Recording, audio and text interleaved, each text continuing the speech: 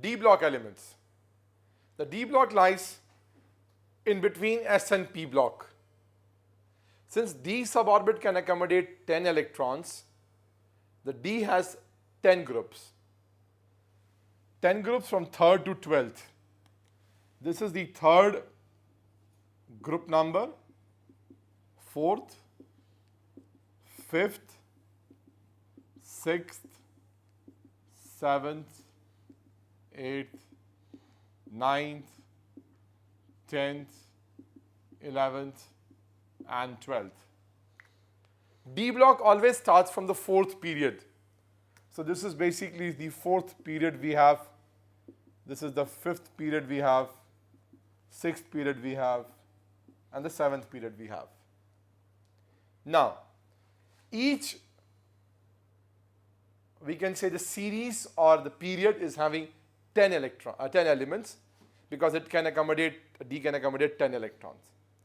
We generally doesn't study the elements of the D block group wise, because we don't find that they are very much similar in their, though they are similar, fine, but what we find is rather than studying these 10 different groups, whole of the elements which are belonging to the one particular period are found to be also very similar in their physical and chemical properties. That is why the D block elements are studied period wise.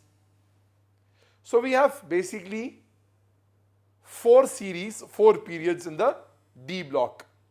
First is the 4th period, in which we have basically 3D, because n minus 1D are filled, so 3D is filled. The elements in this series are from scandium 21 to titanium, vanadium, chromium, manganese, iron, cobalt, nickel, copper, zinc. It goes till 30. Then we have next series of the D block, which is the 4D series, because it's belonging to the 5th period. It's starting from yttrium 39, then zirconium, niobium, molybdenum, technetium, rhenium, rhodium, palladium, silver, and cadmium 48. Then the next series starts from 57, lanthanum, which is belonging to basically the 6th period, but it is having what, 5D being filled in this. Now after lanthanum, what we have is a gap of 14 elements. Now those 14 elements are placed separately in your F block. What happens is, after lanthanum, the electrons start entering into the 4F suborbit. So we cannot place them here. So all of them are placed separately from atomic number 58, which is your element is cerium, to lutetium 71. They are placed separately in the F block, and then from hafnium 72 we are back, because then again the 5D is subsequently filled. Then hafnium, tantalum, then vanadium, tungsten, rhenium, osmium, iridium, platinum, gold, and then the end we have mercury. Again, the 4th, the last series or period wise study of the D block, it's the your 6D series belonging to the 7th period, starting from actinium 89. Again, from actinium to the very next element, which is called rutherfordium or your un nil quadium, what we have is a difference of 14 elements. Where those 14 goes? Now what happens is, after actinium we have thorium 90, protactinium, uranium, neptunium, plutonium, like this. In all these elements, what we find is electrons start entering into the 5F suborbit. So they are placed, they cannot be placed here in the D block, they are placed separately in the F block, and then from here till lawrencium 103 or your un nil trium, we have elements in the F block, and from un nil quadium we have again back to this one. Now after this we don't write any element usually, because all those elements we are having after this are basically your artificial elements. Another thing. So this is what is you have in general your D block.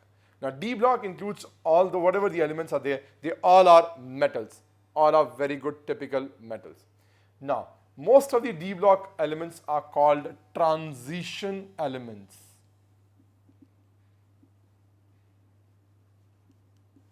transition elements. What are transition elements? The D block elements. Most of the D block elements are called transition elements. In fact, from here to here, all of these can be called transition. Why? Because, what is the exact meaning? Because their properties transits between S block and P block. First, with respect to some property, they resemble with S block. With respect to some property, they resemble with the P block elements. So they keep on their properties keep on transiting. That's why they are called transition elements. We don't call these as transition. We rather call them as non-transition elements. So what are non-transition elements? Like we have zinc, cadmium, mercury. See, in non-transition, the n-1d suborbit is completely filled. So that it doesn't show any properties of the d orbitals. Their characters doesn't resemble with these elements, in which d is subsequently filled. So these are called non-transition elements. Another important thing. Now these are the certain usual terms which everybody must know. Now these F block elements, as I have told you, their actual position is lying here in between this D block. That's why these F block elements are called inner transition elements. Why inner? Because their actual position lies inside this D block elements after lanthanum, this lanthanum and actinium. So that's why they are called inner transition elements. So this is what we have, the general, usually three terms. Now let us move to the general electronic configuration of the D block elements. Now in D block elements, the general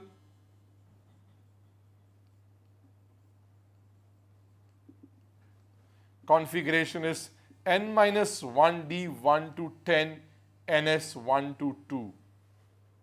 We can also place it 0 to 2. The reason is because palladium has 0, but in generally we write ns 1 to 2. Now the NCERT has modified it to write 0 to 2 because the palladium is the only element which is having ns2.